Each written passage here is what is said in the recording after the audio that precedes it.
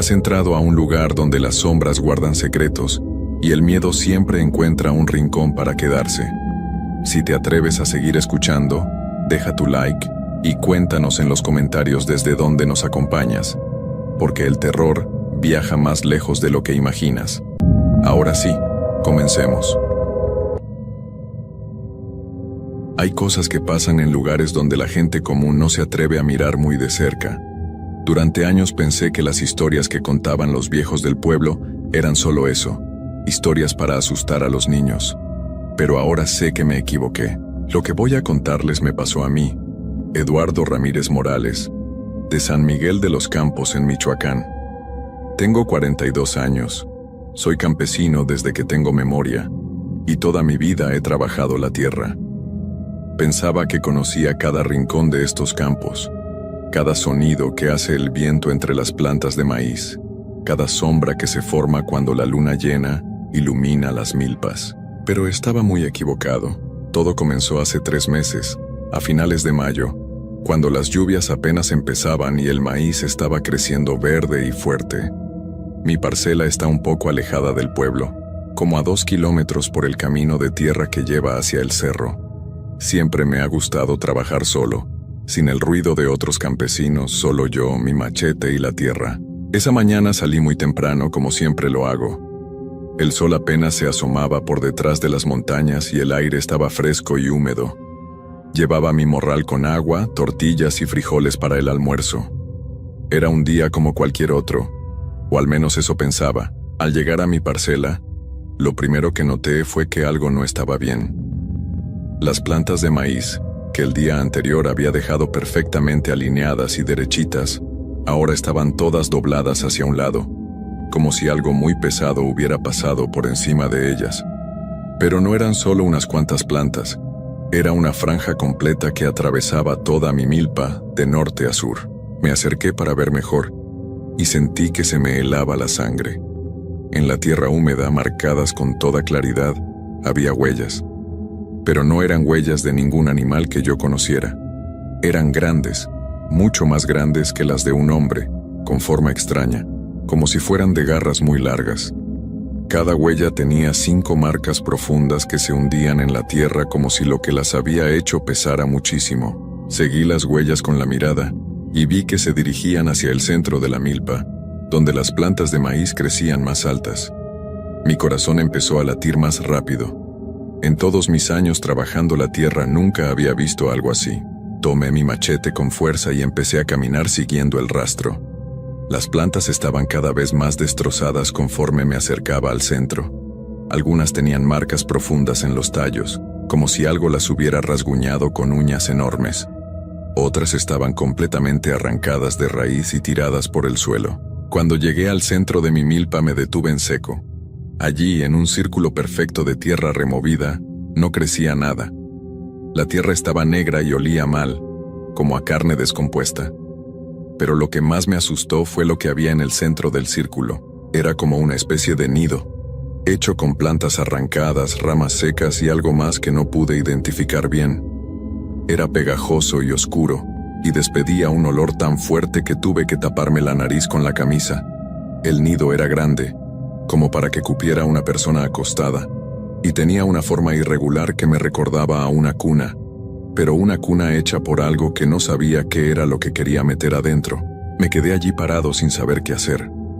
Parte de mí quería salir corriendo hacia el pueblo y contarle a alguien lo que había encontrado, pero otra parte, la parte que había trabajado esta tierra toda mi vida, me decía que tenía que averiguar qué había pasado. Fue entonces cuando escuché el sonido. Al principio pensé que era el viento entre las plantas, pero el aire estaba muy quieto esa mañana. Era como un gemido muy bajo, que venía de debajo de la tierra. Un sonido que te ponía los pelos de punta y te hacía sentir como si algo te estuviera observando desde muy cerca. El sonido se hizo más fuerte y más claro. Ya no era solo un gemido. Ahora podía escuchar como si fuera una voz, pero una voz que no era humana. Decía palabras que no entendía, en un idioma que nunca había escuchado, pero de alguna manera sabía que me estaba llamando. Di un paso hacia atrás y luego otro. Mi instinto me gritaba que tenía que alejarme de ese lugar lo más rápido posible. Pero justo cuando me estaba dando la vuelta para irme, vi algo que se movía entre las plantas de maíz que estaban más lejos. Era una sombra, pero una sombra que no correspondía a nada que pudiera ver. Se movía entre las plantas como si fuera una persona muy alta, pero cuando miraba directamente hacia donde estaba la sombra, no había nada allí. El miedo me invadió por completo. Empecé a caminar rápido hacia la salida de mi milpa, pero la sombra me siguió. La podía ver por el rabillo del ojo, siempre moviéndose paralela a mí, manteniéndose a la misma distancia. Cuando me detenía, ella se detenía. Cuando caminaba más rápido, ella también. Llegué a mi camioneta que estaba estacionada junto al camino y me subí rápidamente. Con las manos temblorosas traté de prender el motor, pero no arrancaba. Lo intenté una vez, 2 veces, 3 veces. Nada. La batería estaba bien, había gasolina, pero el motor no quería encender. Fue entonces cuando miré por el espejo retrovisor y la vi. Allí, parada justo atrás de mi camioneta, había una figura alta y delgada. No podía verle la cara porque estaba como envuelta en sombras, pero podía distinguir que tenía brazos muy largos que le llegaban casi hasta el suelo. No se movía, solo estaba allí, observándome. Mi respiración se volvió muy agitada. Volví a intentar prender la camioneta y esta vez el motor arrancó de inmediato. Sin voltear hacia atrás, pisé el acelerador y salí de allí lo más rápido que pude. Durante todo el camino de regreso al pueblo no dejé de temblar. Cuando llegué a mi casa, mi esposa María me vio la cara y supo inmediatamente que algo malo había pasado. «¿Qué tienes, Eduardo?», me preguntó. «Estás muy pálido». No supe qué decirle. ¿Cómo le iba a explicar lo que había visto sin que pensara que me estaba volviendo loco? «Nada, María. Solo tuve un problema con la camioneta», le mentí. Pero esa noche no pude dormir. Cada vez que cerraba los ojos veía esa figura parada atrás de mi camioneta y escuchaba esa voz extraña que salía de debajo de la tierra. Los siguientes 2 días traté de convencerme de que todo había sido mi imaginación. Tal vez había trabajado demasiado bajo el sol. Tal vez el cansancio me había hecho ver cosas que no existían. Pero en el fondo sabía que eso no era cierto. El tercer día decidí regresar a mi milpa. Tenía que hacerlo, no podía dejar que el miedo me impidiera trabajar mi tierra. Además, necesitaba el dinero de la cosecha para mantener a mi familia. Esta vez fui acompañado de mi perro, un pastor alemán grande y fuerte llamado Canelo. Siempre había sido muy valiente. Ladraba a cualquier extraño que se acercara a la casa y me acompañaba a todas partes sin miedo. Pensé que si había algo peligroso en mi parcela, Canelo me avisaría. Pero desde el momento en que llegamos al borde de la milpa, Canelo empezó a comportarse de manera muy extraña. Se quedó inmóvil, con las orejas paradas y un gemido muy bajito saliendo de su garganta. Su pelo se erizó por completo y empezó a temblar como si tuviera mucho frío. «Vamos, Canelo», le dije, tratando de sonar tranquilo. «No pasa nada». Pero el perro no se movió. Se quedó allí parado mirando hacia el centro de la milpa con los ojos muy abiertos y llenos de terror. Nunca había visto a mi perro tan asustado. Decidí seguir adelante solo. Tomé mi machete y me dirigí hacia donde había encontrado el nido extraño 2 días antes. El lugar seguía igual de perturbador. La tierra negra, el olor terrible, las plantas destrozadas. Pero ahora había algo más. El nido había crecido. Lo que antes era del tamaño para una persona acostada, ahora era mucho más grande. Parecía como si algo lo hubiera estado construyendo durante estos días. Había más ramas, más tierra removida, y esa sustancia pegajosa y oscura cubría una área mucho mayor. Pero lo que me llenó de horror fue darme cuenta de que había cosas dentro del nido que no habían estado allí antes. Pude ver pedazos de ropa, zapatos viejos, y otras cosas que parecían pertenecer a personas. Mi estómago se revolvió cuando reconocí una camisa azul que había visto antes en Don Aurelio, un campesino del pueblo que tenía una parcela cerca de la mía. Don Aurelio llevaba 3 días sin aparecer por el pueblo. Su familia lo había estado buscando por todos lados, preguntando si alguien lo había visto. Ahora entendía por qué no lo habían encontrado. Retrocedí lentamente, tratando de no hacer ruido. Pero justo cuando estaba por darme la vuelta para irme, escuché voces. No era la voz extraña de la vez anterior, Eran voces humanas que venían de diferentes direcciones alrededor de la milpa. «Eduardo», decía una voz que sonaba como la de don Aurelio. «Eduardo, ven acá». «Por aquí, Eduardo», decía otra voz que reconocí como la de mi vecino Tomás, quien había desaparecido la semana pasada. Las voces venían de todos lados, llamándome, diciéndome que me acercara. Pero había algo muy malo en esas voces. Sonaban huecas, como si vinieran de muy lejos, y había un eco extraño que me daba escalofríos. No les hice caso. Empecé a caminar rápido hacia donde había dejado a Canelo, pero cuando llegué al borde de la milpa, mi perro ya no estaba allí. «Canelo», grité, «Canelo, ven acá». Escuché su ladrido a lo lejos, pero era un ladrido de dolor y miedo, no como los ladridos normales de mi perro. Venía del centro de la milpa, exactamente de donde estaba ese nido horrible. Corrí hacia allá sin pensar en el peligro. Canelo era como de mi familia, no podía dejarlo solo. Pero cuando llegué al círculo de tierra negra, lo que vi me quitó las fuerzas de las piernas. Mi perro estaba allí, pero ya no era el mismo. Estaba parado en el borde del nido, completamente inmóvil, con los ojos blancos como si fuera ciego. Su pelo había cambiado de color. Ya no era café dorado sino gris cenizo, como si hubiera envejecido muchos años en unos minutos. «Canelo», le hablé suavemente. «Ven conmigo, muchacho». El perro volteó a verme, pero cuando vi sus ojos me di cuenta de que ya no había nada de Canelo en ellos. Eran ojos vacíos, sin vida, como los de un animal relleno. Me miró fijamente y luego abrió la boca. «Eduardo», dijo con una voz que no era la de un perro, sino la voz de don Aurelio. «Ven con nosotros, Eduardo». Salí corriendo de allí como nunca había corrido en mi vida. Detrás de mí escuchaba los ladridos de Canelo, pero ya no sonaban como ladridos de perro, sonaban como risas humanas muy agudas y llenas de maldad. Llegué a mi camioneta y esta vez arrancó inmediatamente. Manejé hacia el pueblo a toda velocidad, con las manos temblando tanto que apenas podía sostener el volante. Cuando llegué a la comisaría, el comandante Jiménez me vio llegar corriendo y sudando. «¿Qué pasa, Eduardo?», me preguntó. «Pareces como si hubieras visto al diablo». Le conté todo lo que había pasado. Al principio me miraba como si estuviera loco, pero cuando mencioné a don Aurelio y describí la camisa que había visto en el nido, su expresión cambió. «Vámonos para allá», me dijo. «Lleva a 2 de mis hombres contigo». Pero cuando regresamos a mi milpa 1 hora después con el comandante y 2 policías, no encontramos nada. El nido había desaparecido completamente. La tierra estaba normal, las plantas de maíz crecían derechitas como siempre, y no había ni una sola huella en el suelo. Los policías me miraron con desconfianza.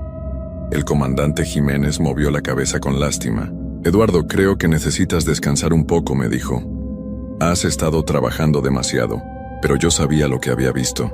Y esa noche, cuando regresé a mi casa, encontré a Canelo esperándome en el patio. Mi perro estaba allí, moviendo la cola como siempre, con su pelo café dorado brillando bajo la luz del foco. Mi esposa María estaba muy contenta de verlo. «Mira, Eduardo», me dijo. «Canelo regresó solito, qué bueno que no se perdió». Pero cuando me acerqué a acariciar a mi perro, vi algo en sus ojos que me heló la sangre. Por un segundo, muy rápido, vi que sus ojos se pusieron completamente blancos, igual que en la milpa, y cuando nadie estaba viendo, Canelo me sonrió. Los perros no sonríen, pero Canelo me sonrió con una sonrisa humana que me hizo entender que lo que había regresado a mi casa ya no era mi perro. Esa noche no pude dormir nada. Me quedé despierto en la cama, escuchando los sonidos que venían del patio. Canelo estaba afuera, pero no hacía los ruidos normales que hacen los perros. No respiraba como siempre lo hacía. No se rascaba. No se movía. Solo se quedaba allí parado, completamente quieto, como si estuviera esperando algo. De vez en cuando escuchaba que susurraba. Sí, susurraba como una persona. Palabras que no podía entender, pero que me llenaban de un miedo terrible. María dormía profundamente a mi lado, sin darse cuenta de nada. Al día siguiente decidí que tenía que hablar con alguien que supiera de estas cosas. Fui a buscar a doña Carmen, una señora muy mayor del pueblo que siempre había sabido de hierbas, limpias y cosas del más allá. La gente la buscaba cuando pasaban cosas que los doctores no podían curar. Doña Carmen vivía en una casita pequeña al final del pueblo, rodeada de plantas medicinales y veladoras que siempre mantenía prendidas. Cuando le conté lo que había pasado, no me miró como si estuviera loco. Me escuchó con mucha atención, asintiendo con la cabeza de vez en cuando. «Ay, Eduardo», me dijo cuando terminé de contarle todo. «Esa tierra tuya está maldita. Algo muy malo despertó allí». «¿Qué cosa, doña Carmen?», le pregunté. «¿Qué es lo que está pasando?». Ella se levantó y fue hacia una mesa llena de frascos con hierbas secas.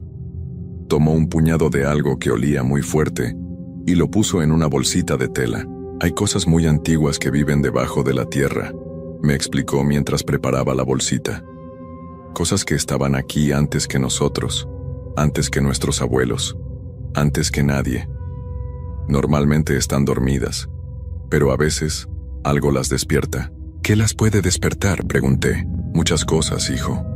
La sangre derramada en la tierra, los rituales mal hechos, o simplemente que llegue su tiempo de despertar. Cuando despiertan, tienen hambre, mucha hambre». Me dio la bolsita con las hierbas y me dijo que las quemara en mi casa esa noche, que cerrara todas las puertas y ventanas y que no saliera hasta que amaneciera. «Pero hay algo más importante, Eduardo», me dijo con una voz muy seria. «Ese perro que regresó a tu casa ya no es tu perro. Es una de esas cosas disfrazada. Está esperando el momento correcto para hacer algo malo. No dejes que se acerque a tu familia». Regresé a mi casa con el corazón muy pesado. Durante todo el día observé a Canelo desde lejos. A veces se comportaba normal, jugaba con los niños del vecino, comía su comida, dormía bajo la sombra del árbol. Pero otras veces se quedaba completamente inmóvil, mirando hacia la dirección donde estaba mi milpa, como si estuviera recibiendo órdenes de allá. Esa noche hice lo que me había dicho doña Carmen. Quemé las hierbas, cerré todas las puertas y ventanas, y le dije a María que no podía salir nadie de la casa hasta la mañana siguiente. «¿Por qué, Eduardo?», me preguntó extrañada. «¿Qué está pasando? Solo hazme caso, María, por favor». Alrededor de las 10 de la noche empezaron los ruidos afuera. Al principio era solo Canelo rascando la puerta, ladrando suavemente como cuando quería entrar. Pero poco a poco los ladridos se fueron convirtiendo en otra cosa. Ya no sonaban como ladridos de perro. Sonaban como una persona tratando de imitar a un perro, pero haciéndolo mal. Luego empezó a hablar claramente. «Eduardo», decía con la voz de don Aurelio. «Abre la puerta, Eduardo». María se despertó asustada. «¿Quién es?», me preguntó. «Nadie», le dije. «Vuelve a dormir». Pero los ruidos siguieron toda la noche. Diferentes voces, todas de personas que conocía del pueblo, todas pidiendo que abriera la puerta. Don Tomás, don Aurelio, incluso la voz de mi compadre Raúl, quien había desaparecido hacía un mes. «Eduardo, hermano», decía la voz de Raúl. «Estoy aquí afuera. Necesito tu ayuda». Hacia las 3 de la mañana las voces cambiaron. Ya no eran de hombres adultos, ahora eran voces de niños. Voces dulces y tiernas que partían el corazón. «Papá», decía una vocecita que sonaba como la de mi hijo menor. «Papá, tengo miedo. Déjame entrar». Pero mi hijo estaba durmiendo en su cuarto. Lo había visto hace una hora. Esas voces venían de afuera, de esas cosas que se habían llevado a la gente del pueblo. María empezó a llorar.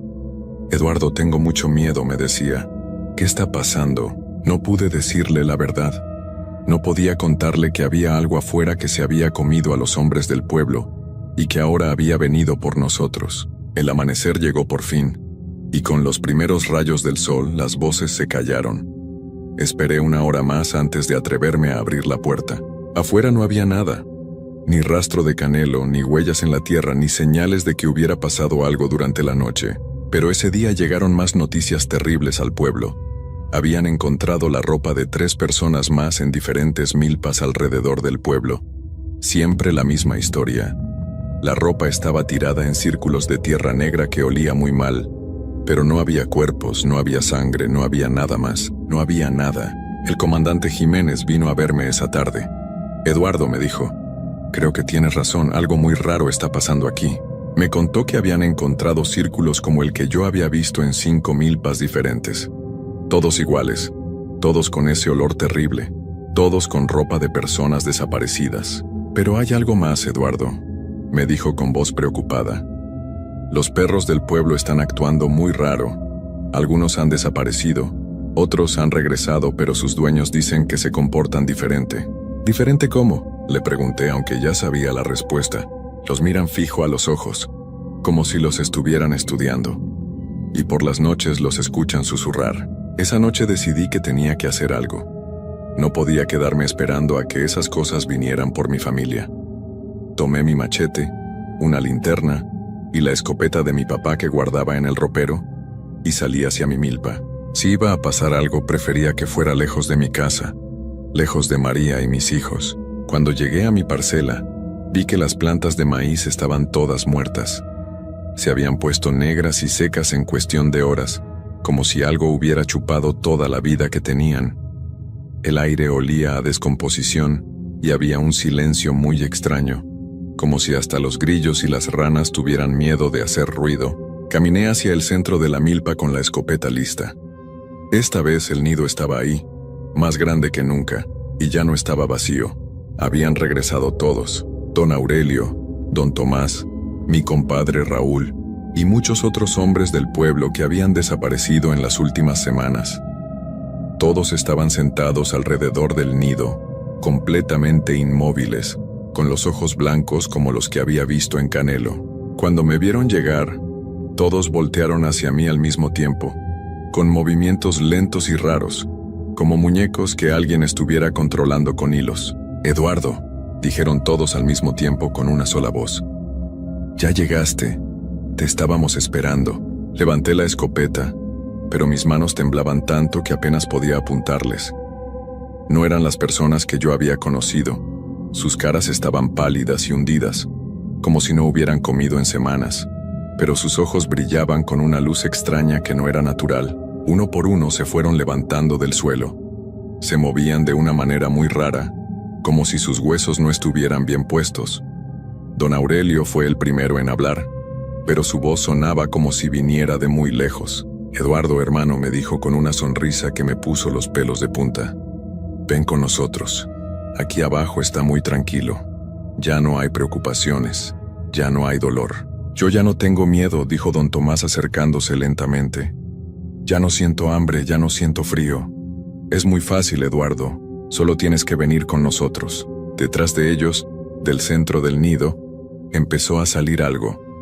Al principio pensé que era humo negro, pero luego me di cuenta de que se movía con intención, como si fuera algo vivo. Era la cosa que había visto el primer día, la sombra que me había perseguido, pero ahora podía verla mejor. Era alta y delgada, con brazos que parecían ramas secas y una cara que cambiaba constantemente, como si fuera humo que tratara de formar diferentes rostros. A veces parecía una calavera, a veces parecía el rostro de alguien que había conocido, a veces no tenía cara en absoluto. La criatura me miró directamente y sentí como si me estuviera viendo por dentro, como si pudiera leer todos mis pensamientos y todos mis miedos. «Eduardo Ramírez Morales», dijo con una voz que era como el viento entre las hojas secas. «Has cuidado muy bien esta tierra. Ahora es tiempo de que la tierra te cuide a ti». Todos los hombres que estaban alrededor del nido empezaron a caminar hacia mí, moviéndose en círculo para que no pudiera escapar. Sus ojos blancos no parpadeaban nunca, y sus bocas se movían como si estuvieran masticando algo invisible. Disparé la escopeta hacia don Aurelio, el que estaba más cerca. El ruido fue muy fuerte en el silencio de la noche, pero cuando el humo se aclaró, don Aurelio seguía allí, caminando hacia mí como si nada hubiera pasado. En su pecho había un agujero grande por donde podía ver el otro lado, pero no salía sangre, solo una sustancia negra y espesa. «Es inútil, Eduardo», me dijo mi compadre Raúl. «Ya no somos como antes, ya somos parte de algo más grande». Traté de correr, pero hacia donde me moviera había alguien esperándome. El círculo se iba cerrando cada vez más. La criatura de sombra se acercaba lentamente, y cada paso que daba la tierra se ponía más negra bajo sus pies. Cuando estaba a pocos metros de mí, extendió uno de sus brazos largos y huesudos hacia mi cara. Sus dedos eran como garras muy afiladas, y cuando me tocó la frente sentí un frío terrible que me llegó hasta los huesos. De repente pude ver todo lo que había pasado. Vi cómo esa cosa había estado durmiendo debajo de la tierra durante muchos años, esperando. Vi cómo la sangre de un accidente que había pasado en el camino hace 2 meses la había despertado. Vi cómo había empezado a tomar a las personas una por una, chupándoles lo que las hacía humanas y dejando solo cascarones vacíos que se movían cuando ella se los ordenaba. Vi también lo que iba a pasar después. Esta cosa no iba a parar con los hombres del pueblo. Iba a seguir creciendo, iba a tomar a las mujeres, a los niños, a todo el pueblo. Después se iba a extender a otros pueblos, a las ciudades, hasta que no quedara nada humano en toda la región. Y lo peor de todo, vi que yo iba a ser parte de eso. Vi mi propio futuro sentado alrededor de ese nido horrible, esperando a que llegaran más personas para traerlas hacia la oscuridad. La criatura retiró su mano de mi frente y sonrió con una boca llena de dientes negros y filosos. «Ahora entiendes, Eduardo», me dijo. «No hay escapatoria, nunca la hubo». Sentí como mis piernas se debilitaban y caí de rodillas sobre la tierra negra. Los hombres del pueblo se acercaron más y me rodearon completamente. Sus manos frías se posaron sobre mis hombros y mi cabeza. Don Aurelio se agachó junto a mí y me habló con voz muy suave, como cuando le hablaba a sus nietos. «No duele nada, Eduardo. Al principio sientes como si te estuvieras ahogando, pero después viene una paz muy grande. Después ya no tienes que preocuparte por nada nunca más». Cerré los ojos y esperé. Sentí como algo frío y pegajoso empezaba a entrar por mi boca y mi nariz. Era como estar tragando tierra húmeda mezclada con gusanos. Mi cuerpo empezó a convulsionarse, pero no podía moverme porque las manos de los hombres me mantenían quieto. Poco a poco fui sintiendo como todo lo que era yo, mis recuerdos, mis sentimientos, mi amor por María y mis hijos, se iba desvaneciendo. Era como si alguien estuviera borrando un pizarrón muy lentamente, quitando todo lo que había escrito allí. Lo último que recuerdo como Eduardo Ramírez Morales fue el pensamiento de que tenía que advertir a alguien, tenía que dejar alguna señal de lo que había pasado. Pero ya era demasiado tarde. Ahora estoy aquí, sentado alrededor de este nido, esperando. Ya no siento hambre, ni cansancio, ni miedo. Ya no me preocupo por María, ni por mis hijos, ni por la cosecha. Solo espero a que llegue alguien más. Anoche llegó el comandante Jiménez. Había venido a buscarme porque María había reportado que yo no había regresado a casa. Cuando lo vimos llegar con su linterna y su pistola, todos sonreímos al mismo tiempo. «Comandante», le dijimos con nuestras voces que ya no eran nuestras. «Venga acá, lo estábamos esperando». Ahora él también está con nosotros, sentado a mi lado, con los ojos blancos y la sonrisa vacía. La cosa que vive en el nido está cada vez más fuerte. Cada persona que trae la alimenta más, la hace crecer. Ya no necesita esconderse tanto como antes. Durante el día podemos caminar por el pueblo, saludar a nuestras familias, actuar como si fuéramos normales. Pero por las noches regresamos aquí a esperar. María vino a buscarme ayer por la tarde. Llegó hasta el borde de la milpa gritando mi nombre, muy preocupada porque llevaba 2 días sin saber de mí. «Eduardo», gritaba con lágrimas en los ojos. «Eduardo, por favor, contéstame». La estoy viendo desde aquí entre las plantas secas. Está parada justo donde yo me paré el primer día, cuando todavía era humano y creía que todo iba a estar bien. Sé que debería sentir algo al verla llorar, pero ya no puedo. Solo puedo pensar en lo fácil que sería hacer que se acercara un poco más. Solo unos pasos más hacia el centro de la milpa. Los demás también la están viendo. Don Aurelio me mira y asiente con la cabeza. «Es hora, Eduardo», me dice. «Llámala». Y creo que lo voy a hacer. Voy a usar mi propia voz, la voz que ella conoce y en la que confía, para traerla hacia acá. Después ya no va a estar sola. Va a estar con nosotros para siempre y nuestros hijos también van a venir eventualmente. Toda la familia va a estar junta al final. María se está acercando. Puedo escuchar sus pasos sobre la tierra seca. Mi boca se está abriendo para llamarla. Ya casi está aquí.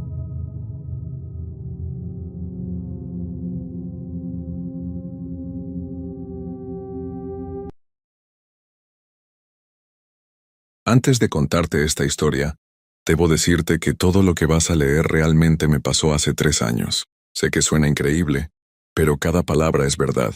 Durante mucho tiempo no quise hablar de esto con nadie, ni siquiera con mi familia, pero ahora siento que debo contarlo, quizás para advertir a otros o simplemente para sacar este peso de mi pecho. Lo que viví en esos bosques de Michoacán cambió mi vida para siempre. Y aunque han pasado años, todavía despierto algunas noches empapado en sudor frío. Mi nombre es Carlos Mendoza Ruiz. Tengo 34 años y soy originario de Morelia, Michoacán. Trabajo como ingeniero forestal y mi trabajo me lleva a recorrer bosques y montañas de todo el estado. Siempre me gustó la naturaleza. Desde niño pasaba horas explorando los cerros cerca de mi casa. Por eso elegí esta profesión. Nunca pensé que los bosques que tanto amaba se convertirían en mi peor pesadilla. Todo comenzó en octubre del año pasado, cuando mi jefe me asignó un proyecto especial. Tenía que hacer un estudio de la vegetación en una zona muy alejada, cerca de un pueblo llamado San Miguel del Monte, en las montañas más profundas de Michoacán. Era un lugar que casi nadie visitaba, perfecto para encontrar especies de árboles que no se habían catalogado antes. El trabajo me tomaría 2 semanas, así que preparé mi equipo de campamento y me fui solo, como siempre hacía. El primer día de viaje fue normal.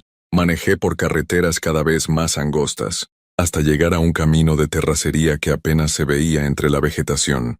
Mi camioneta aguantó bien el trayecto, aunque hubo momentos donde pensé que no pasaría por los hoyos y las piedras. Después de 4 horas de manejar despacio, llegué al lugar donde según el mapa debía comenzar mi caminata hacia el área de estudio. Dejé la camioneta escondida entre unos arbustos y cargué mi mochila con todo lo necesario. Tienda de campaña, comida para 15 días, agua, mi equipo de medición y una cámara para tomar fotos de las plantas. El bosque se veía hermoso, lleno de pinos enormes y robles antiguos que daban una sombra fresca y agradable. Los pájaros cantaban y se escuchaba el sonido del viento moviendo las hojas. Me sentía en paz, como siempre que estaba en la naturaleza. Caminé durante 3 horas siguiendo una vereda que parecía muy vieja, como si la hubieran usado muchas personas durante años, pero que ahora estaba casi borrada por la vegetación. A veces tenía que usar mi machete para abrir paso entre las ramas. El aire olía a tierra húmeda y a flores silvestres, un aroma que siempre me relajaba. Pero conforme avanzaba empecé a notar algo extraño. No se escuchaban animales. Al principio no le di importancia. Pensé que era normal en esa época del año. Pero después de caminar tanto tiempo sin escuchar ni un solo pájaro o el ruido de algún animal pequeño entre los arbustos, comencé a sentir una sensación rara en el estómago. El bosque estaba demasiado silencioso, como si todos los seres vivos hubieran decidido irse a otro lugar. Cuando empezó a oscurecer, decidí buscar un lugar para acampar. Encontré un claro pequeño rodeado de árboles grandes que me protegerían del viento. Armé mi tienda de campaña y encendí una pequeña fogata para cocinar algo de cenar. Mientras comía mis frijoles enlatados, traté de no pensar en el silencio extraño del bosque. Me dije a mí mismo que era solo mi imaginación, que estaba acostumbrado a trabajar con otros compañeros y que por eso me sentía nervioso de estar solo. Pero esa noche no pude dormir bien. Cada vez que estaba a punto de quedarme dormido, escuchaba ruidos raros afuera de mi tienda. No eran ruidos de animales normales. Sonaban como pasos de personas caminando despacio alrededor de mi campamento. Me asomaba por la ventanilla de la tienda y no veía nada. Solo la oscuridad del bosque y las sombras de los árboles que se movían con el viento. Pensé que mi mente me estaba jugando trucos por los nervios. A la mañana siguiente me levanté muy cansado, pero decidí seguir con mi trabajo. Tenía que llegar a una zona específica que estaba marcada en mi mapa, donde supuestamente crecían unos pinos muy raros que el gobierno quería proteger. Empaqué mis cosas y seguí caminando por la vereda, que ahora se veía más clara, como si más gente la hubiera usado recientemente. Después de caminar 2 horas, llegué a una parte del bosque que se veía muy diferente al resto. Los árboles estaban plantados en líneas muy derechas, como si alguien los hubiera puesto ahí con un propósito específico. En el centro de esta área, había un círculo grande donde no crecía ningún árbol, solo pasto muy verde y flores amarillas muy brillantes. Se veía hermoso, pero algo me decía que no era natural. Me acerqué al círculo para tomar fotos y hacer mis mediciones. Cuando pisé el pasto, sentí que estaba muy suave, demasiado perfecto para ser silvestre. Mientras tomaba fotos, Noté que alrededor del círculo había piedras grandes, puestas en posiciones muy precisas, formando figuras que no reconocí. Parecían símbolos antiguos grabados en la roca, pero no como los que había visto en los museos de culturas mexicanas. Estaba tan concentrado tomando fotos que no me di cuenta de que alguien se había acercado, hasta que escuché una voz detrás de mí. «¿Qué está haciendo aquí?», me preguntó una mujer con voz muy suave, pero que me hizo brincar del susto. Me volteé y vi a una señora de unos 50 años, vestida con un vestido blanco muy largo y limpio, lo cual era extraño porque estábamos en medio del bosque. Tenía el cabello negro muy largo y los ojos más azules que había visto en mi vida. «Disculpe, no la escuché llegar», le dije mientras guardaba mi cámara. «Soy ingeniero forestal. Estoy haciendo un estudio de la vegetación de esta zona». La mujer me sonrió, pero su sonrisa no llegaba a sus ojos. «Este es un lugar sagrado», me dijo con la misma voz suave. «No debería estar aquí sin permiso». Le expliqué que tenía autorización del gobierno para hacer mi trabajo, pero ella siguió sonriendo de esa manera extraña. «El gobierno no tiene poder aquí», me dijo mientras se acercaba más. «Esta tierra pertenece a nuestra comunidad desde hace muchos años. Pero no se preocupe, puede quedarse si quiere conocer nuestras costumbres». No sabía qué responder. No había visto ningún pueblo en mi mapa, y la mujer no parecía ser indígena local. Su acento era diferente, como si viniera de otro estado o incluso de otro país. Antes de que pudiera decir algo, aparecieron más personas entre los árboles. Primero vi a 2 hombres jóvenes, también vestidos de blanco, que se quedaron parados a los lados del círculo. Luego salieron 3 mujeres más, todas con el mismo vestido largo y el mismo peinado de cabello suelto. Todos tenían esa misma sonrisa extraña, y me miraban como si fuera un animal raro en un zoológico. «Mi nombre es Elena», dijo la primera mujer. «Soy la guía espiritual de nuestra comunidad. Si quiere, puede venir con nosotros a conocer nuestro hogar. No es común que recibamos visitas, especialmente de personas que trabajan con los árboles como usted». Algo en su manera de hablar me ponía nervioso, pero también sentía curiosidad. Nunca había conocido una comunidad que viviera tan adentro del bosque. «¿Qué tan lejos está su comunidad?», le pregunté mientras empacaba mi equipo. «No muy lejos», respondió Elena. «Solo tiene que seguirnos». Los otros 5 no habían dicho ni una palabra. Solo me seguían viendo con esas sonrisas que empezaban a darme escalofríos. Decidí ir con ellos, pero algo en mi interior me decía que no era una buena idea. Caminamos por una vereda diferente a la que yo había usado. Esta era mucho más ancha y estaba muy bien cuidada, sin una sola rama o piedra fuera de lugar. Los árboles a los lados estaban podados de una manera muy perfecta, formando como un túnel verde por donde pasábamos. Era hermoso, pero al mismo tiempo me daba una sensación extraña, como si todo fuera demasiado perfecto para ser natural. Elena caminaba delante de mí, y los otros 5 me rodeaban sin hacer ruido. Sus pies parecían no tocar el suelo. No escuchaba ni sus pisadas ni el roce de su ropa. Traté de hacer conversación para romper el silencio incómodo. «¿Hace mucho que viven aquí?», le pregunté a Elena. Ella se volteó hacia mí con esa sonrisa y respondió: «El tiempo no existe. En nuestro hogar, Carlos, aquí vivimos en armonía con los espíritus del bosque desde que tengo memoria». Me sorprendió que supiera mi nombre, porque no recordaba habérselo dicho. Cuando le pregunté cómo lo sabía, me dijo que los árboles le habían susurrado mi nombre. Pensé que estaba hablando de manera poética, como algunas personas que se sienten muy conectadas con la naturaleza, pero la forma en que lo dijo me hizo sentir un escalofrío en la espalda. Después de caminar media hora, llegamos a un lugar que no podía creer que existiera. Entre los árboles había una serie de casas hechas completamente de madera, pero no como las cabañas rústicas que había visto en otros pueblos del monte. Estas casas parecían sacadas de un cuento, con techos puntiagudos, ventanas redondas y puertas pintadas de colores muy brillantes. Todo estaba tan limpio y ordenado que parecía irreal. En el centro de las casas había una plaza circular con un pozo de piedra en el medio. Alrededor del pozo había bancos de madera, tallada con figuras muy extrañas que no pude identificar. Había más personas vestidas de blanco caminando por ahí, todos con el mismo peinado y la misma sonrisa extraña. Hombres, mujeres y niños, todos iguales, como si fueran copias uno del otro. «Bienvenido a nuestro santuario», me dijo Elena mientras me mostraba las casas. «Aquí vivimos en paz, alejados de los problemas del mundo exterior». No necesitamos nada de afuera.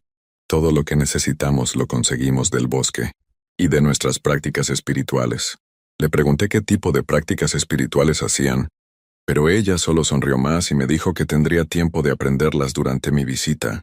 Una mujer joven se acercó a nosotros, cargando una canasta llena de frutas que nunca había visto. Eran redondas y moradas, con un olor muy dulce pero algo desagradable al mismo tiempo. Estas son las frutas sagradas, me explicó Elena. Solo crecen aquí en nuestra tierra bendita. Te darán mucha energía para tu trabajo.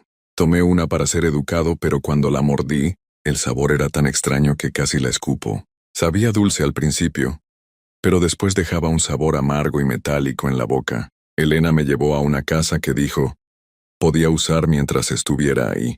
Por dentro era muy bonita, con muebles de madera tallada a mano y cortinas de colores suaves. Todo olía a hierbas y flores. Pero había algo más en el aire. Un olor que no podía identificar pero que me recordaba a algo, podrido y escondido, debajo de los aromas agradables. Descanse un poco, me dijo Elena. En la noche tendremos una ceremonia especial para dar la bienvenida a nuestro nuevo amigo. Será una experiencia que nunca olvidará.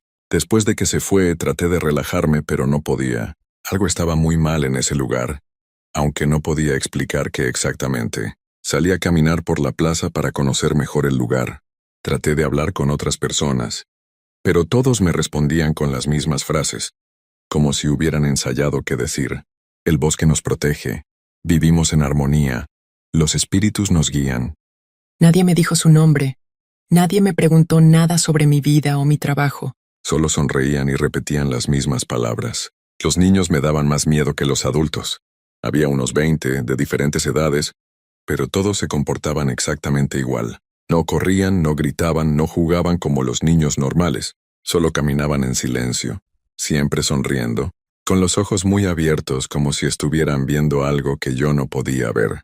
Cuando me acerqué a uno que parecía de unos 8 años, me vio directamente a los ojos y me dijo, «Pronto serás uno de nosotros, Carlos».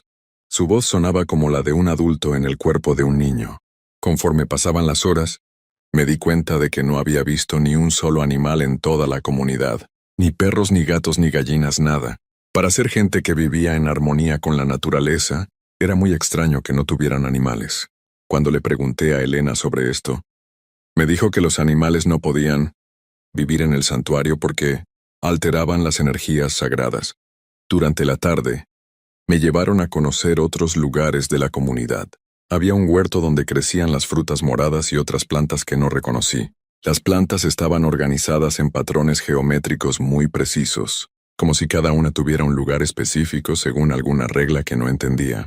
En el centro del huerto había un árbol enorme, más grande que todos los que había visto en el bosque, con la corteza negra y las hojas de un color verde, tan brillante que casi parecían brillar.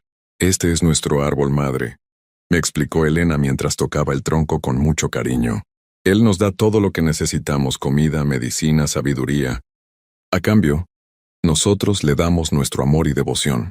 Me acerqué al árbol para examinarlo mejor, porque nunca había visto una especie así. Cuando puse mi mano en la corteza, sentí como si el árbol estuviera caliente, y por un momento tuve la sensación de que algo me estaba viendo, desde adentro del tronco. También me mostraron el taller donde hacían sus ropas y herramientas. Todo era de color blanco o de maderas muy claras. No había ni un solo objeto de metal en toda la comunidad. Todo estaba hecho de madera, hueso o piedra. Los metales traen las influencias negativas del mundo exterior, me dijeron. Aquí solo usamos materiales puros que no contaminen nuestro espíritu. Cuando empezó a oscurecer, Elena vino a buscarme. «Es hora de la ceremonia», me dijo con los ojos más brillantes que nunca. «Esta noche conocerá los secretos de nuestro santuario». Me llevó hacia una parte del bosque que no había visto antes, donde había un claro mucho más grande que el de la plaza. En el centro, había una hoguera enorme que ya estaba encendida, y alrededor estaban sentadas todas las personas de la comunidad. Me senté donde Elena me indicó, en un banco tallado con las mismas figuras, extrañas que había visto en otros lugares.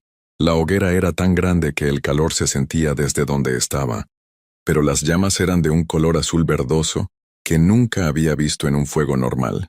El olor que salía del humo era dulce al principio, pero después se volvía muy penetrante y me empezó a marear un poco.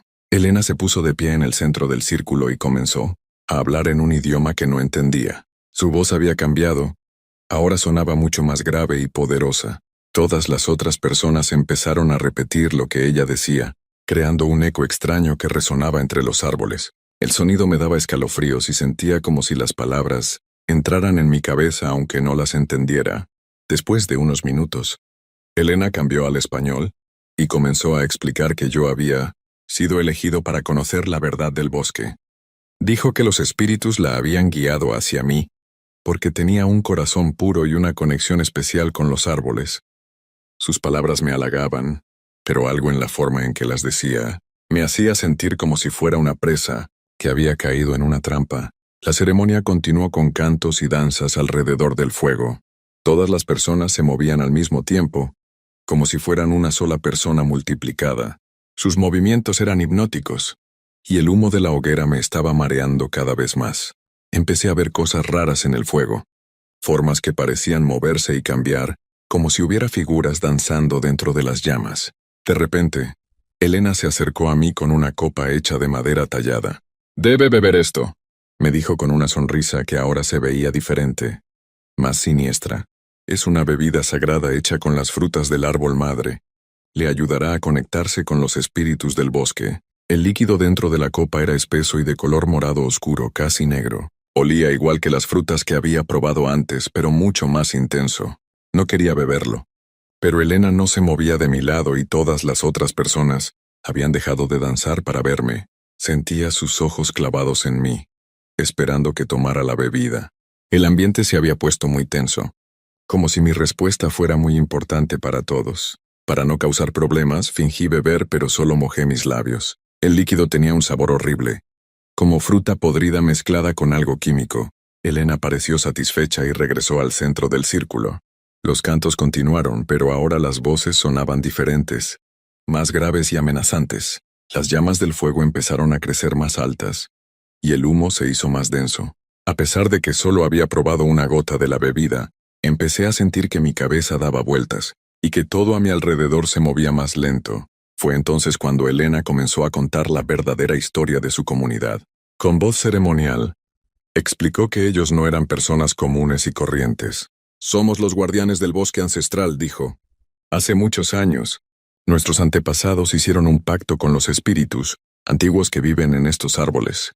A cambio de poder y sabiduría, prometimos proteger este lugar sagrado y alimentar a los espíritus con la energía vital de quienes vienen de afuera». Sus palabras me helaron la sangre, pero peor aún, fue la manera en que todos los demás asentían con la cabeza, como si fuera la cosa más normal del mundo. Elena continuó explicando que cada cierto tiempo, los espíritus necesitaban renovar su poder con la energía de personas del mundo exterior. «Tú has sido elegido, Carlos», me dijo mirándome directamente. «Tu trabajo con los árboles te ha conectado con las fuerzas del bosque, y los espíritus pueden sentir esa conexión. Tu energía les dará mucha fuerza». Traté de levantarme del banco, pero mis piernas no me obedecían. El poquito de bebida que había probado me había afectado más de lo que pensé. Elena se rió al ver mi reacción. «No trate de huir», me dijo. «La bebida sagrada ya está haciendo efecto. Pronto se sentirá muy relajado, y todo será mucho más fácil para usted». Las otras personas empezaron a acercarse a mí, todavía sonriendo, pero ahora sus sonrisas parecían hambrientas. Sentía como si fuera un animal rodeado por depredadores. Logré ponerme de pie usando toda mi fuerza de voluntad, pero el mundo se tambaleaba a mi alrededor. «¿Qué me van a hacer?», les grité, aunque mi voz salió muy débil. «No se preocupe», respondió Elena con voz tranquila. «El proceso es muy pacífico. Solo debe quedarse aquí, hasta que los espíritus tomen lo que necesitan.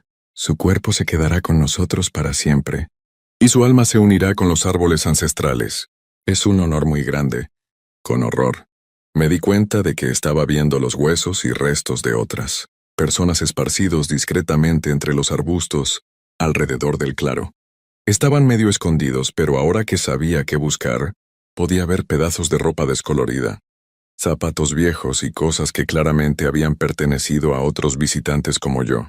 ¿Cuántas personas habían llevado a este lugar? ¿Cuánto tiempo llevaban haciendo esto? Elena siguió hablando como si estuviera dando una clase sobre historia. Me explicó que su comunidad había existido durante más de 100 años, siempre trayendo personas del exterior para alimentar a los espíritus. Cazadores, exploradores, científicos como yo, turistas que se perdían en el bosque, todos habían terminado igual. Al principio era más difícil, dijo, pero con los años hemos perfeccionado nuestros métodos. La bebida sagrada hace que todo sea más tranquilo para nuestros invitados. Mientras hablaba, noté que los niños de la comunidad también se habían acercado al círculo. Sus ojos brillaban con una luz extraña, y ya no parecían niños normales. Había algo muy viejo y malévolo en sus miradas, como si fueran espíritus antiguos disfrazados de niños. Uno de ellos, el mismo que me había hablado antes, se acercó más y me dijo, «Ya es hora, señor Carlos. Los árboles tienen hambre». La desesperación me dio fuerzas que no sabía que tenía. Logré empujar a las personas que estaban más cerca de mí, y corrí hacia el bosque. Escuché gritos detrás de mí, pero no me detuve a ver qué estaba pasando. Corrí entre los árboles sin saber hacia dónde iba, tropezándome con raíces y ramas, con el corazón latiendo tan fuerte que pensé que se me iba a salir del pecho. El efecto de la bebida me tenía muy confundido. Los árboles parecían moverse y cambiar de lugar, como si el bosque entero estuviera vivo y tratara de confundirme. Escuchaba voces que me llamaban desde todas las direcciones, pero no sabía si eran reales o si eran alucinaciones. «Carlos, regresa», decía la voz de Elena. «No puedes escapar del bosque sagrado. Los árboles no te dejarán salir». Seguí corriendo hasta que ya no pude más. Me detuve junto a un árbol enorme para recuperar el aliento. Pero cuando puse mi mano en el tronco, sentí que algo me agarraba. El árbol parecía tener vida propia, y sus ramas se movían hacia mí aunque no había nada de viento. Las raíces que salían del suelo se retorcían como serpientes, tratando de enredar mis pies. Fue entonces cuando entendí que Elena había dicho la verdad sobre una cosa. Los espíritus del bosque eran reales. Toda esa zona estaba habitada por algo muy antiguo y malévolo, que se alimentaba de las personas que llegaban ahí. La comunidad no eran solo fanáticos locos. Eran servidores de algo mucho peor, algo que había convertido ese lugar en una trampa mortal. Logré soltarme del árbol y seguí corriendo, pero ya no sabía si estaba yendo hacia la salida o me estaba adentrando más en el bosque maldito. Todo se veía igual, y tenía la horrible sensación de que había estado corriendo en círculos. La luna había salido, pero su luz parecía diferente aquí, más fría y siniestra, como si también estuviera bajo el control de los espíritus malignos. Después de lo que parecieron horas, escuché el sonido de agua corriendo. Seguí el sonido y encontré un arroyo pequeño. Bebí agua con desesperación, tratando de limpiar mi sistema del veneno que me habían dado. El agua estaba helada, pero me ayudó a aclarar un poco mi mente. Fue entonces cuando recordé que había traído mi GPS en la mochila. Con manos temblorosas, saqué el aparato y traté de encontrar mi ubicación. La pantalla parpadeaba de manera extraña, como si algo estuviera interfiriendo con la señal. Después de varios intentos, logré que funcionara, y vi que estaba mucho más lejos de mi campamento original de lo que había pensado, pero al menos sabía hacia dónde tenía que ir para llegar a mi camioneta. Empecé a caminar siguiendo la dirección que marcaba el GPS, pero el aparato seguía fallando cada pocos minutos. A veces la pantalla se ponía completamente negra, y otras veces mostraba mi ubicación en lugares que no existían según el mapa. Era como si las fuerzas sobrenaturales del bosque estuvieran tratando de confundir mi tecnología. Durante mi caminata nocturna, seguí escuchando sonidos extraños, pasos que me seguían, voces que susurraban mi nombre, ramas que se quebraban como si algo grande se moviera entre los árboles. Varias veces me volteé esperando ver a alguien de la comunidad persiguiéndome, pero nunca vi nada. Sin embargo, la sensación de ser observado no me abandonaba. Lo más aterrador era que los árboles parecían estar vivos y conscientes de mi presencia. Sus ramas se movían para bloquear mi camino.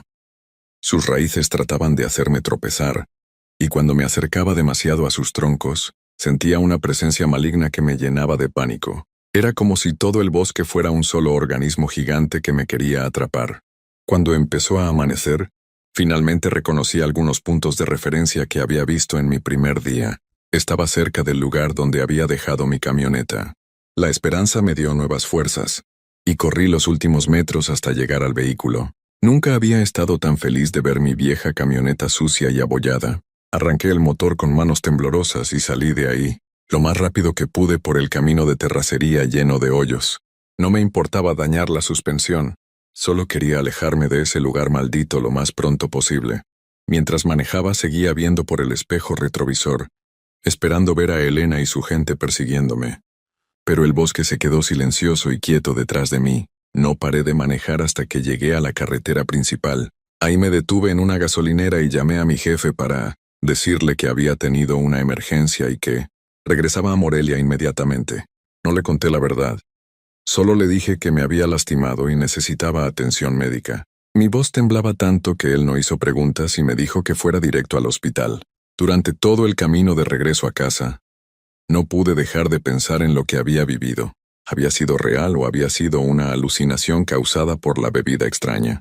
Pero los raspones en mis brazos y piernas, por haber corrido entre los árboles, eran muy reales, y el sabor horrible de esa bebida todavía estaba en mi boca después de varias horas. Cuando llegué a Morelia, fui directo al hospital como le había dicho a mi jefe.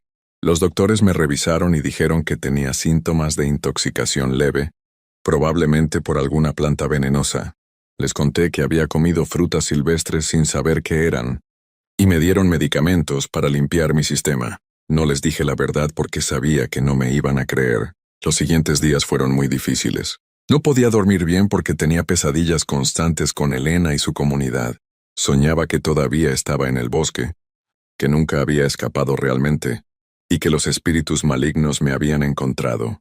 Despertaba gritando y empapado en sudor frío, con la sensación de que algo me estaba observando desde las sombras de mi cuarto. También empecé a tener experiencias raras cuando estaba despierto. Escuchaba voces que me susurraban mi nombre cuando estaba solo. Veía sombras que se movían por el rabillo del ojo, y tenía la constante sensación de que alguien me seguía. Mi familia notó que había cambiado mucho, que estaba nervioso y asustado todo el tiempo, pero yo no sabía cómo explicarles lo que había pasado. Una semana después de mi regreso, decidí investigar sobre esa zona del bosque. Busqué en Internet y en los archivos del gobierno información sobre San Miguel del Monte y los bosques de esa área. Lo que encontré me heló la sangre. Había reportes de personas desaparecidas en esa zona desde hace más de 50 años. Cazadores, excursionistas, investigadores como yo, todos habían entrado a ese bosque y nunca habían salido. Los reportes más antiguos que encontré databan de los años 1960 y describían a una comunidad religiosa que vivía en las montañas y que no tenía contacto con el mundo exterior. Las autoridades habían tratado de ubicarlos varias veces, pero nunca encontraron evidencia de que existieran. Era como si aparecieran y desaparecieran según su conveniencia. También encontré testimonios de algunas personas que habían logrado escapar, como yo. Sus historias eran muy similares a la mía. Encontrarse con gente vestida de blanco, ser llevados a una comunidad extraña, participar en ceremonias raras, y después huir desesperadamente. Pero la mayoría de estos testimonios eran muy antiguos, de los años 1970 y 1980. Parecía que en tiempos más recientes, muy pocas personas habían logrado escapar. Lo que más me preocupó fue descubrir que algunos de los que habían escapado reportaron experiencias paranormales después de su regreso.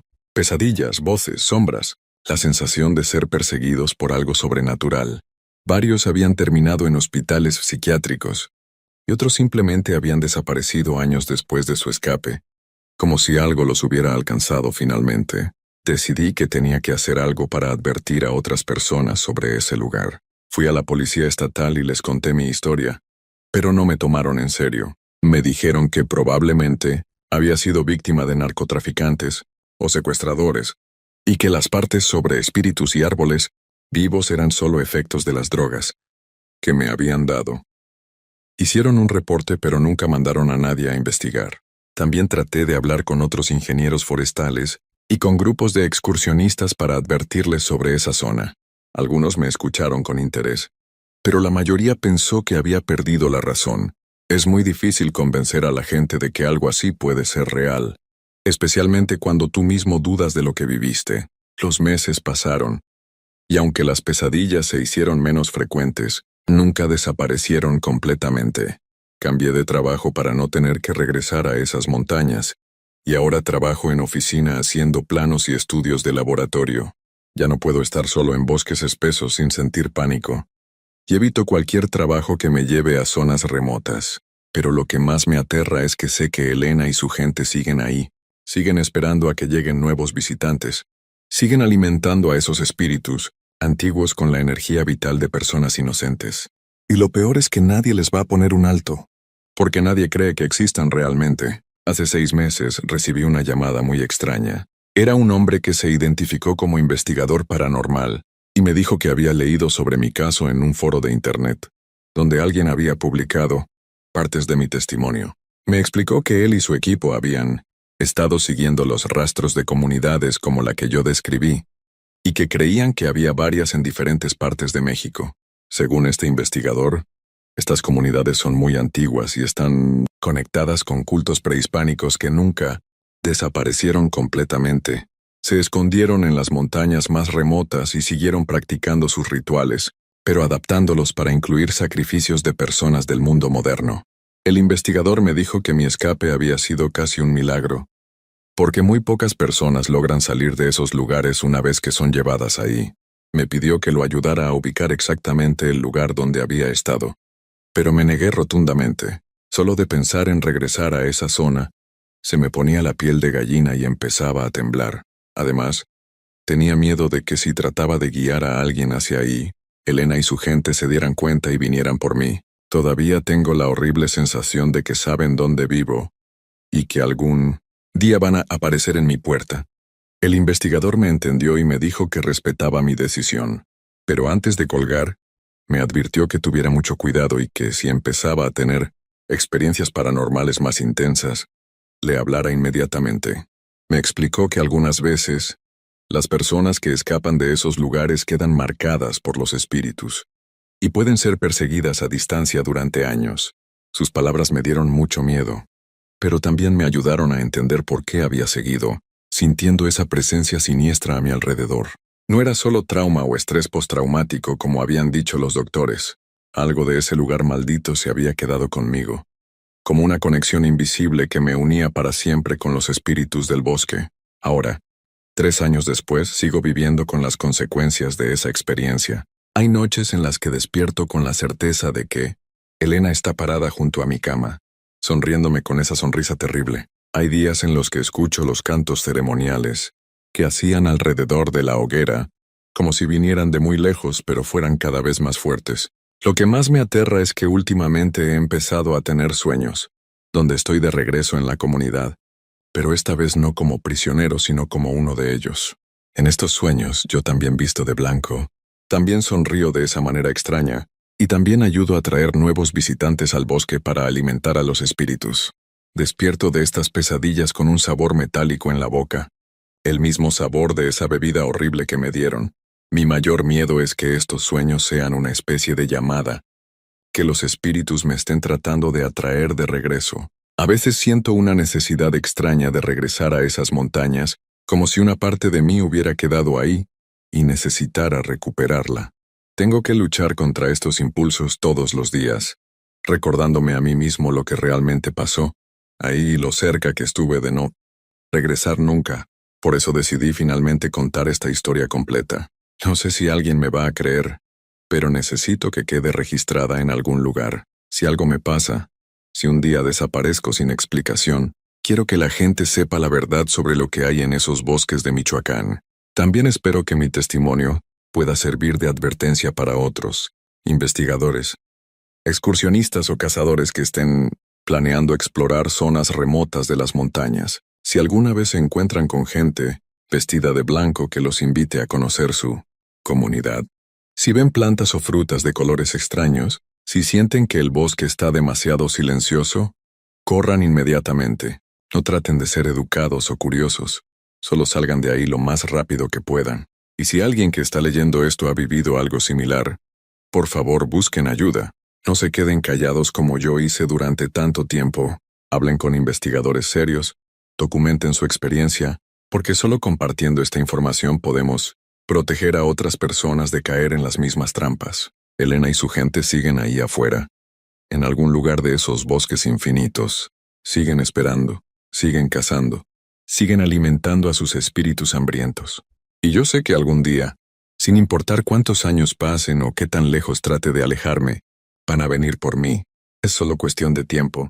Mientras tanto, trato de vivir cada día como si fuera el último, porque en el fondo de mi corazón sé que mi escape de ese lugar maldito fue solo temporal.